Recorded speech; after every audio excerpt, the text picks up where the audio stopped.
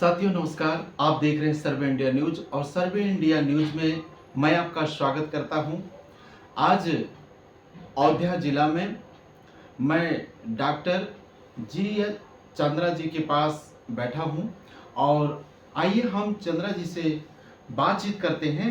लेकिन बातचीत करने से पहले हम 3 बिंदुओं पर डॉक्टर साहब बात करना चाहते हैं। पहला जो है वो हवा, पानी और खाना के विषय में डॉक्टर साहब से बातचीत करेंगे कि एक स्वस्थ व्यक्ति को ये चीज़ें कैसे लेनी चाहिए और अगर ये ना मिले तो ये कैसे जीवित रह सकते हैं लोग। इसके विषय में हम डॉक्टर साहब से बातचीत करेंगे। तो आइए हम डॉक्टर साहब से बातचीत करते हैं। हाँ डॉक्टर साहब नमस्कार। नमस्कार।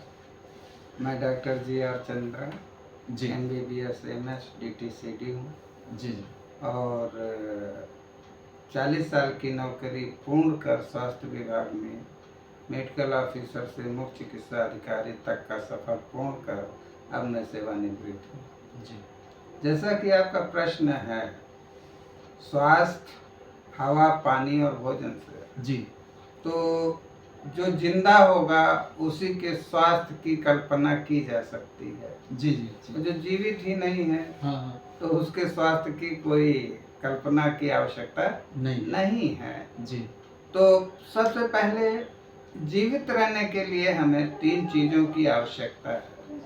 पहली चीज है हवा जी यानी ऑक्सीजन, दूसरी चीज है पानी यानी कि वाटर, तीसरी चीज है भोजन यानी कि फूड। जी अब विस्तार से तो नहीं कह पाएंगे क्योंकि समय अभाव रहता है। पहली चीज है हवा। जी हवा यानी वायु, ऑक्सीजन है ना। जी तो ये वायु जो है हमारा अब लगभग काफी प्रदूषित हो चुका है। जी वायु जो है काफी प्रदूषित हो चुका है। प्रदूषित हो चुका है। तो जी प्रदूषण का मुख्य कारण है हमारा विकास। जी और विकास में जी। आज के 100 साल पहले बैलगाड़ियों से लोग चलते थे, बहुत ज्यादा हो जाता था तो साइकिल से चलते थे। जी। लेकिन आज देखिए सड़कों पे, चौराहे पे एक बार ब्रेक मार दीजिए तो किलोमीटर तक आपका जाम लग जाता है। जी जी और वो जो एक्सीलेटर घुर्र घुर्र घुर्र घुर्र करते रहते हैं जी तो उससे ये होता है कि जो रासायनिक धुआं वातावरण में वो छोड़ते हैं। जी इसी तरीके से आप आकाश में हवाई जहाज खूब चल रहे हैं, जी धरती पे ये वाहन हैं और फिर तमाम ऐसी फैक्ट्रियां हैं जिसकी हवा में धुआं छोड़ा जाता है, जी। जिसके कारण हमारे हवा में कार्बन डाइऑक्साइड तथा अन्य जहरीली गैसों का लोड बढ़ता जा रहा है।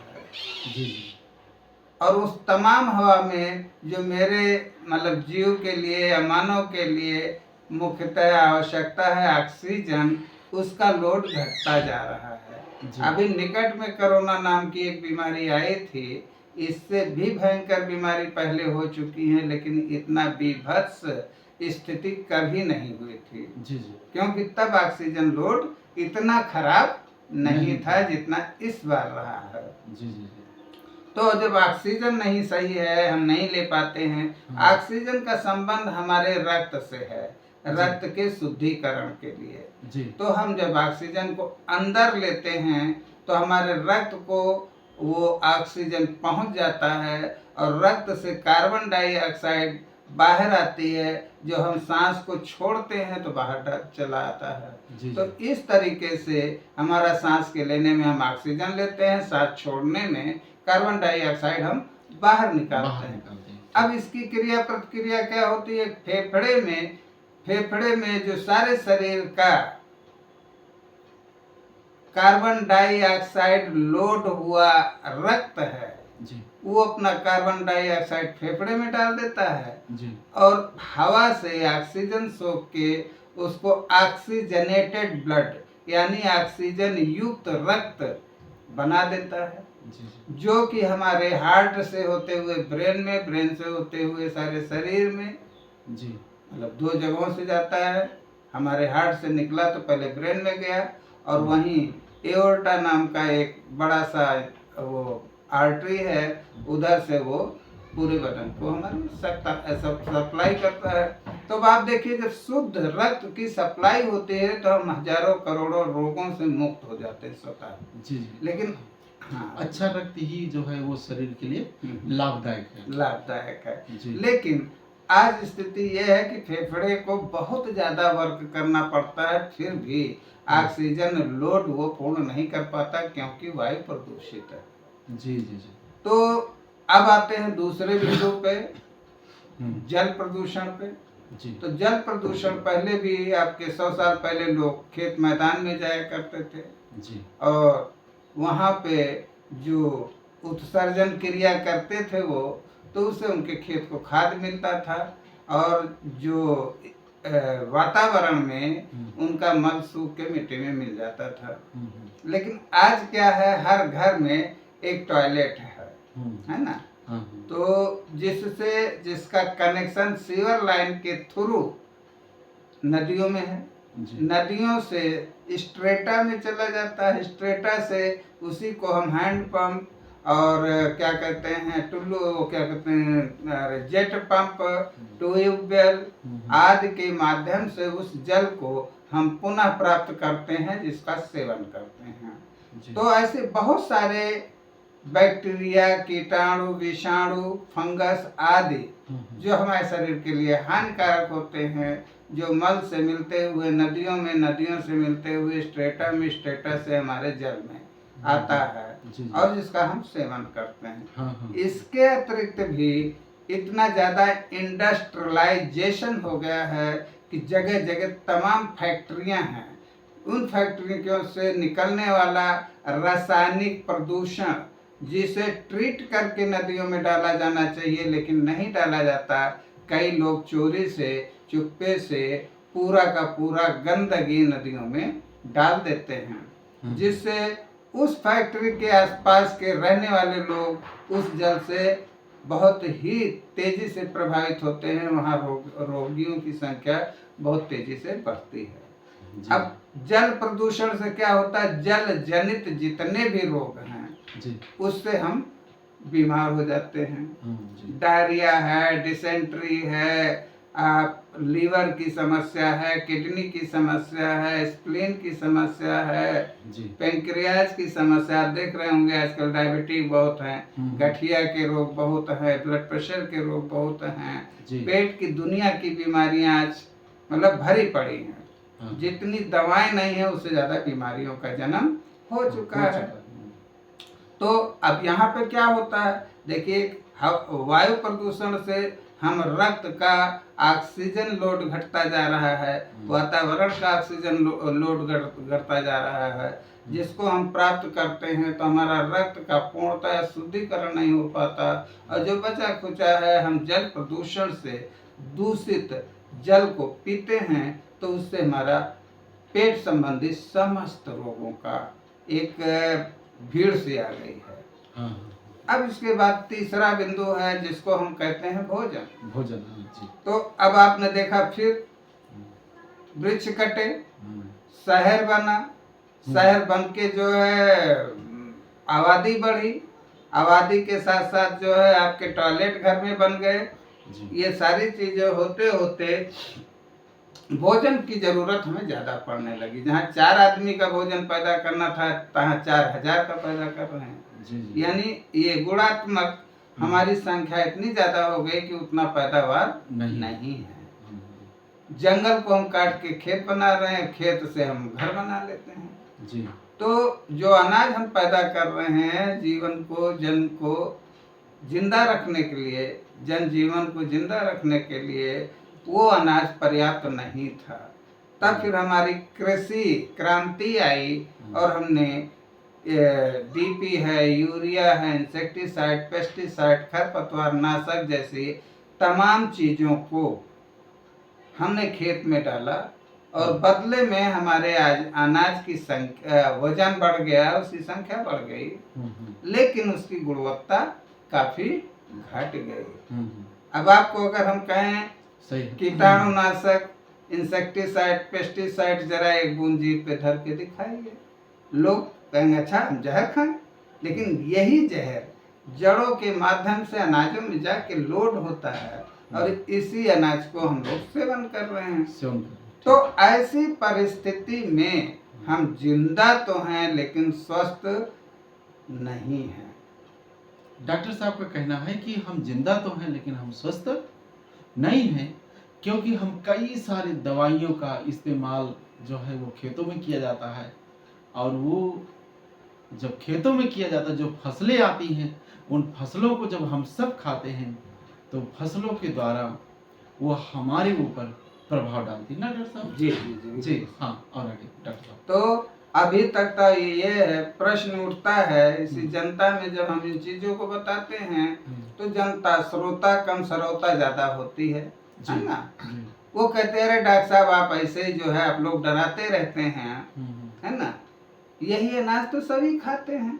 हाँ। राजा भी खाता है, रंक भी खाता है। हाँ। तो हम उनसे कहना चाहेंगे कि आज के 50 साल 100 साल पहले लोगों की आयु कितनी थी? हाँ। प्रायः लोग 100 साल पार करके मरते थे। हाँ। आज की स्थिति है कि 60 साल तो सरकार ने मान लिया, 60 के बाद लोगों को रिटायर कर देती है। हाँ। अमूमन हमारी जो एवरेज आयु है 60-70 साल के बीच में ही हम काल कवलित हो जाते हैं। तो इसका यही कारण है कि हमारे शरीर में इन तमाम चीजों का अभाव है। तो जो ये हवा अगर सही होता, पानी सही होता, भोजन शुद्ध होता, तो मेरी रोग यानी हर व्यक्ति की रोग प्रतिरोधक क्षमता बहुत अच्छी होती, हाँ, बढ़ जाती और अच्छा होता, उसके शरीर को रोगों से सुरक्षित करने का एक बूस्टअप पावर उसके अंदर होता। जी। लेकिन आज क्या हो गया है, इन्हीं 3 कारणों से, वायु, जल और भोजन के प्रदूषण के कारण हमारी रोग प्रतिरोधक क्षमता कम हो गई है। ऑक्सीडेटिव स्ट्रेस कहलाता है। जी। जो जहरीला पदार्थ हम वातावरण से ले रहे हैं, हवा, पानी, भोजन से और अल्ट्रावायलेट किरण से, तमाम इंस्ट्रूमेंट हम अब प्रयोग करने लगे हैं, उनके वाइब्रेशन से, उनके जो है तरंगों से, जो हमारे अंदर ऑक्सीडेटिव स्ट्रेस फैल रहा है। जी। जो हमारे रोग प्रतिरोधक क्षमता को डिक्रीज कर रहा है, डाउन कर रहा है, कम कर रहा है। तो आलम ये हो रहा है कि पहले बड़े से बड़े इन्फेक्शन होते थे, लोगों के अंदर के जो रोग प्रतिरोधक क्षमता है उसको मार भगाती थी। आज ये आलम है कि एक आदमी ने जरा सा आइसक्रीम खा लिया गर्मी में, उसको छींक आ गई। छींकना उसने छींका नहीं कि 2-4 को और ले गिरा, क्योंकि ज्यादातर लोगों की रोग प्रतिरोधक क्षमता खराब हो चुकी है, बल्कि खत्म हो चुकी है एक तरीके से। अब आप कहेंगे कि फिर आखिर कोई तो मार्ग होना चाहिए। जी। तो देखिए, ये है अंतरराष्ट्रीय यानी पूरे ब्रह्मांड की समस्या है। कोई देश का प्रधानमंत्री, राष्ट्रपति अकेले इसको दूर नहीं कर सकता है। इसके लिए हमें पर्यावरण को ध्यान देना पड़ेगा। जी। वृक्षारोपण हमें करना होगा। जी। वृक्षारोपण के साथ साथ कृषि की क्रांति में तमाम चीजें आ गई हैं, जिसको जहर रहित खाद कहते हैं, ऑर्गेनिक खाद कहते हैं। ये धीरे धीरे इसका प्रचार प्रसार बढ़ रहा है। कृषक भाइयों से मैं कहूँगा कि ये ऑर्गेनिक की खेती शुरू कर दें। जी। ऑर्गेनिक खेती से ये होगा कि जो इंसेक्टिसाइड, पेस्टिसाइड, खरपतवार नाशक, डीपी, यूरिया का प्रयोग है, ये धीरे धीरे कम हो जाएगा। शायद हमारे अनाज की गुणवत्ता पूर्ववत हो जाएगी। जी। अब इतना सब के बाद भी एक प्रश्न और उठता है, जो सरौता टाइप के लोग कहते हैं। जी। कि अरे साहब, सब तो खाते हैं यही, लेकिन लोगों के खाने में फर्क है। मैं कहता हूँ फर्क है। जो जिनके पास अच्छी व्यवस्था है वो क्या कहते हैं, बैलेंस डाइट है ना, वो ले लेते हैं। लेकिन जिनके पास व्यवस्था नहीं है वो बैलेंस डाइट नहीं ले पाते। अब बैलेंस डाइट के लिए हमें जानना होगा कि डाइट होती कितने प्रकार की। तो पहला हमारे पास कार्बोहाइड्रेट है, दूसरा प्रोटीन है, तीसरा फैट है, चौथा मिनरल है, पांचवा विटामिन है। जी। कार्बोहाइड्रेट ये पाया जाता है गेहूं, चावल, गन्ना, धरती के नीचे जितने भी मूल कंद हैं जैसे आलू है, शकरकंद है, बंडा है आदि चीजें। जी जी। तो इनमें स्टार्च और कार्बोहाइड्रेट की मात्रा बहुत ज्यादा होती है। इसका काम क्या है? जो भी हम सोते से रहते लेके जागते तक श्रम करते हैं, ये कार्बोहाइड्रेट यानी शुगर जब ये जलता है तो हमें ऊर्जा देता है और उसी ऊर्जा से हम काम करते हैं। जी जी। अब खाने की पद्धति देखिए, गरीब आदमी चावल उबाल लेगा ज्यादा सा, उसमें नमक डाल देगा, पेट भर के खा लेगा। हाँ, गरीब आदमी तो यही करता है ज्यादा। तो ऊर्जा वाली चीज तो उसने खा ली, खैर वो मेहनत करता है जी। उसकी ऊर्जा बर्न भी हो जाती है, लेकिन प्रोटीन तो नहीं मिला उसे, बाकी अन्य घटक खाने के नहीं मिले। प्रोटीन क्या है? ये हमारी मांसपेशियां, शरीर की एंजाइम, हार्मोन, इन सब के निर्माण में प्रोटीन की आवश्यकता होती है। जी। प्रोटीन कहाँ मिलती है? जितनी भी किस्म की दालें हैं, मांस, मछली, पनीर और विभिन्न किस्म की दालों से ये हमें मिलती है, प्रोटीन मिलता है। तो प्रोटीन हमारे मांसपेशियों को मजबूत करता है, हार्मोन और एंजाइम तथा अन्य आवश्यक चीजें इसका निर्माण करता है। जी। तो जहाँ पे कुछ लोग हैं, चलो भाई दाल चावल खा लेते हैं, रोटी खा लेते हैं जी, तो उनका कुछ तक बैलेंस डाइट हो जाती है, लेकिन फैट और मिनरल और विटामिन नहीं मिलता। जी। अब और आगे बढ़िए, कुछ थोड़ी सी और उनकी स्थिति अच्छी है तो दाल को छौंक लिए, पराठे बना लिए, पूड़ी बना ली, यानी घी तेल भी यूज करने लगे। तो जितने भी तिलहन हैं, देखिए दलहन जितने थे वो प्रोटीन थे, और तिलहन जितने हैं वो आपका तेल का चीजें हैं। उसमें बहुत बड़ी लिस्ट है, उसको गिनाने की आवश्यकता नहीं है, पब्लिक जानती है। तो उनसे जो निकला तेल है उसको खाने से हमारे शरीर की एक सौंदर्य को बनता है, खास तौर से न्यूरॉन, हमारे मस्तिष्क की जितनी कोशिकाएं हैं वो फैट से ही बनते हैं। जी जी। तो जिनको फैट की अच्छी खाते हैं, ठीक खाते हैं, तो उनका दिमाग भी स्थिति अच्छा होता है, शरीर चिकना खूबसूरत होता है। जी। अब एक दीवार बना दीजिए, प्लास्टर न करिए, तो कैसा लगेगा?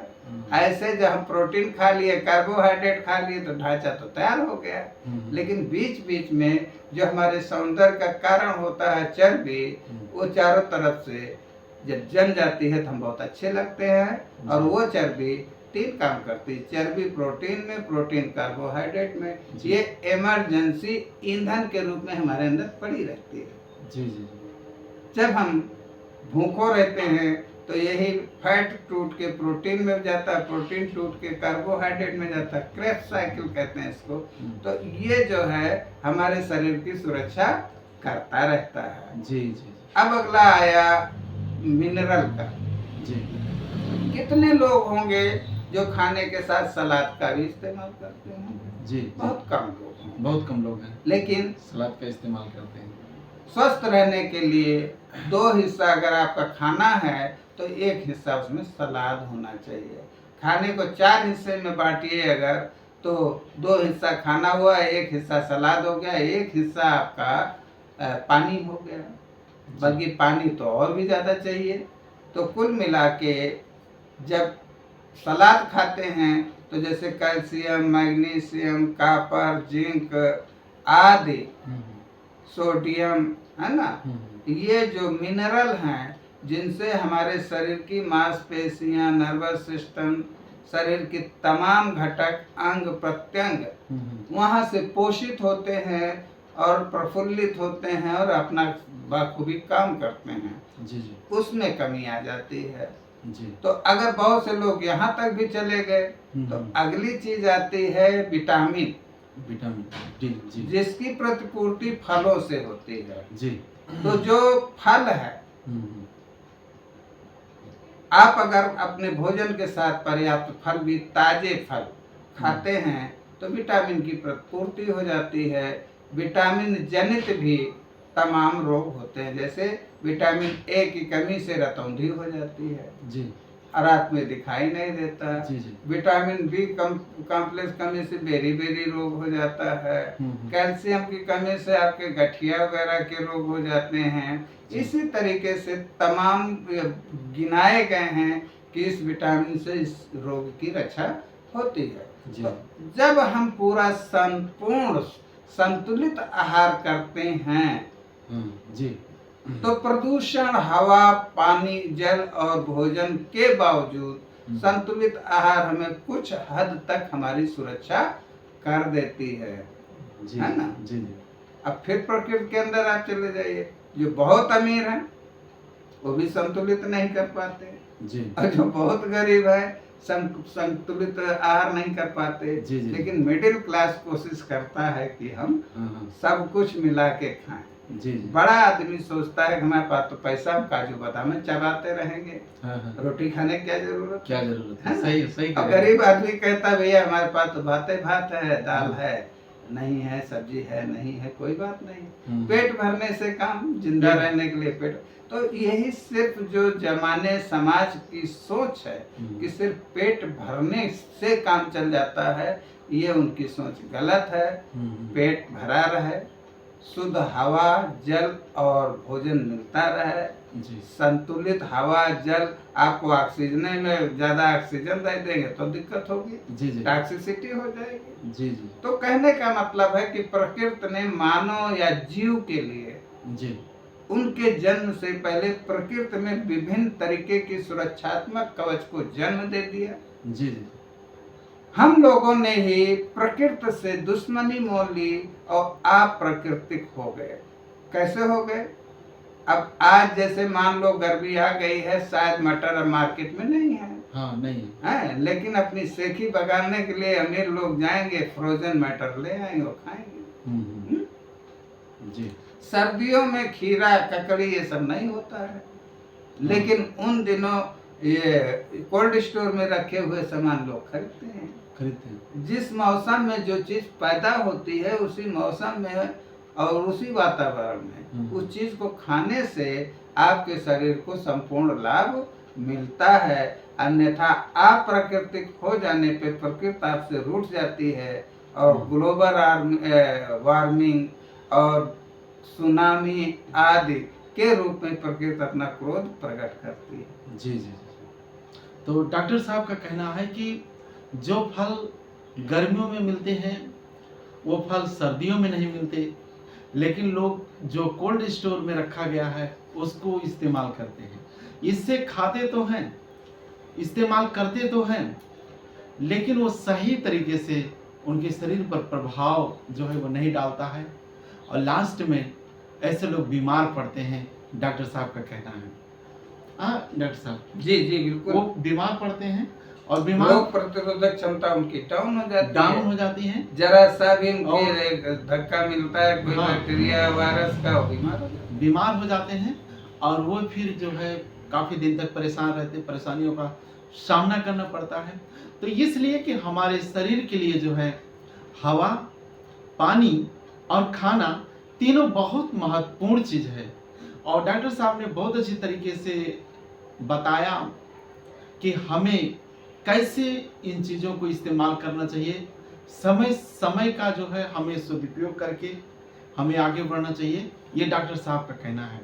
तो डॉक्टर साहब और क्या बोलना चाहेंगे दर्शकों को? और बोलना यही है कि पर्यावरण सुधार के लिए वृक्षारोपण करें, अपनी बड़े बड़े बंगले जो बनवाए हैं उसमें किचन गार्डन बना दें, अपने लिए स्वयं ऑर्गेनिक साग सब्जी फल फ्रूट पैदा करें, अपने आचरण आचार विचार व्यवहार का थोड़ा शुद्धिकरण करें और समाज में ऐसी चीजों का प्रचार। देखिए प्रदूषण कितने किस्म के हैं, वायु प्रदूषण है ना, जल प्रदूषण जी, ध्वनि प्रदूषण जी, सामाजिक प्रदूषण जी, शाब्दिक प्रदूषण, इलेक्ट्रॉनिक प्रदूषण, यानी गिनाने लगे तो प्रदूषणों का अंबार लग गया। अब सामाजिक प्रदूषण, अच्छी अच्छी चीजें अगर टेलीविजन पे आए तो उसका समाज पे असर पड़ता है। आजकल आप देखिए टेलीविजन और व्हाट्सएप पे, टेलीविजन पे तो नहीं बताएंगे, उस पे तो खैर दूसरे किस्म की आती, जो आज व्हाट्सएप चल गए हैं, जी जी उस पर तरह तरह के प्रदूषण हैं। जी जी। एक वक्त था पुरुष पुरुष होता था, स्त्री स्त्री होती थी, हम्म।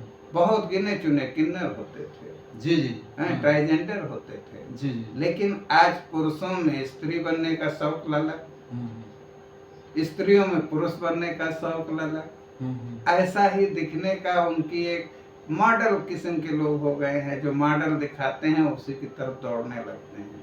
जी जी। लोगों को देखा होगा, दाढ़ी रखाए हैं, बाल रखाए हैं, बड़ी बड़ी चोटी बांधे हैं, है ना। लड़के लड़कियां जीन टॉप पहने। मुझे किसी का कोई विरोध मैं नहीं कर रहा हूँ, जी जी। मेरा ये कहना है कि जैसे साग सब्जी है, इंजेक्शन लगा के पैदा किया जाता है, जी। तो जो प्रोजेस्टेरोन नाम का हार्मोन है ना, वो हार्मोन खाना के माध्यम से हमारे शरीर में जा रहा है। जी। लड़कों के अंदर जनानपन बढ़ रहा है, लड़कियों के अंदर मर्दानपन बढ़ रहा है, कई लड़कियों की तो दाढ़ी मूंछ भी आने लगी। हाँ सही तो कह रहे हैं। इस तरीके का जो सामाजिक प्रदूषण है, जी। तो ये तो वैज्ञानिक प्रदूषण हो गया हमारे खान पान, लेकिन उसी तरीके के जो आचरण करते हैं। अब पता चला भरे चौराहे पे लड़का लड़के को मतलब प्रेम प्रसंग प्रस्तुत कर रहा है, तो इस पे समाज में एक अच्छा संदेश नहीं जाएगा। मैं मानता हूँ कि प्राकृतिक का कहने का मतलब कि जैसे प्रकृति ने बनाया हम वैसे रहें जी, लेकिन उसी में वो सब चीज जंगली जानवरों के लिए, पशु पक्षियों के लिए तो जायज है, जायज है। वो अपने ढंग से घूम के सोचने की क्षमता नहीं है। जी जी। लेकिन अगर हमारा मानसिक संतुलन अच्छा, स्वास्थ्य का मतलब क्या है? आपका शरीर स्वस्थ हो, आपका मस्तिष्क संतुलन अच्छा हो, है ना, और आपका शारीरिक स्वास्थ्य अच्छा हो, तो हर चीज को बैलेंस करके। अब फिल्मी दुनिया ने व्हाट्सएप की तमाम तरीके की मतलब खुलेआम गाली बकना एक पहले के समय में बहुत बुरा माना जाता था जी, है ना। अब वीडियो वगैरह देखिए, एक दूसरे को गाली दे रहे हैं गंदी गंदी, इसको छोटे छोटे बच्चे बड़े मनोरंजन के नाम पे परोस दिया गया है। तो मेरी तो डिमांड और इच्छा यही है सरकारों से, समाज से, कि ऐसी चीजों से बचे। वो अपने को बेच रहे हैं, ऐसा मतलब आप अपना नग्न शरीर बेच रहे हैं तो पैसा कमा रहे हैं जी जी। आप थोड़ा सा आनंद प्राप्त कर रहे हैं, लेकिन आपके आने वाली पीढ़ियों पे इसका बड़ा ही दुष्प्रभाव पड़ेगा। सतर्क रहें, सावधान रहें। जी, तो डॉक्टर साहब का कहना है कि वातावरण को सुरक्षित रखने के लिए हमें ज़रूरत है कि हम वृक्षारोपण करें, और वृक्षारोपण के साथ साथ जो है हम अच्छी तरीके से अपने जीवन को जिएं, और तमाम चीज़ों पर जैसे डॉक्टर साहब ने अभी कई सारी बातों को यहाँ पर बताया, तो इन सब बातों को आप सुनते रहिए, देखते रहिए, ताकि आपका जीवन जो है वो बच सके, और आप जो है हवा, पानी और खाना जो हम तीनों लेते हैं, ये जब आप जानकार होंगे, जानकारी लेंगे, वीडियो देखते रहेंगे, जानकारी लेंगे, तब आपके जीवन पर इसका प्रभाव पड़ेगा। और हमें अपने आप को कैसे बचना है, ये तो खुद से इंसान नहीं कर सकता है, लेकिन जब इंसान सुनता है, देखता है, तो उसके जीवन पर प्रभाव पड़ता है, और फिर वो मजे मजे करके बदलता है। तो डॉक्टर साहब का जो कहना है, ये हवा, पानी और खाना, ये तीनों इंसान के लिए बहुत ही महत्वपूर्ण है। अगर ये चीज़ें ना हो तो इंसान बढ़ नहीं सकता है, उन्नति नहीं हो सकता। वो कितना दिन जिएगा कोई गारंटी नहीं है, कितना मिनट जिएगा वो कोई गारंटी नहीं है, डॉक्टर साहब का कहना है। तो आप देखते रहिए सर्व इंडिया न्यूज़। धन्यवाद, नमस्कार।